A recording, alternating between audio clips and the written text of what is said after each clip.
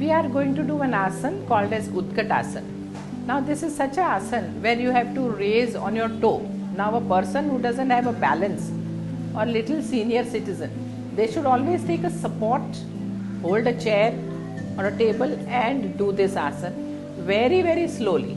Utkatasana or the chair pose is performed while standing. Stand straight. Keep your heels 1 foot apart. Place your arms by the side. Keep your fingers together. Keep your chin parallel to the floor. As you inhale, slowly lift your heels and stand on your toes. Raise your arms till they are parallel to the floor. Hold the position. As you exhale, slowly come down. Make sure your spine is erect. Inhale and come up again.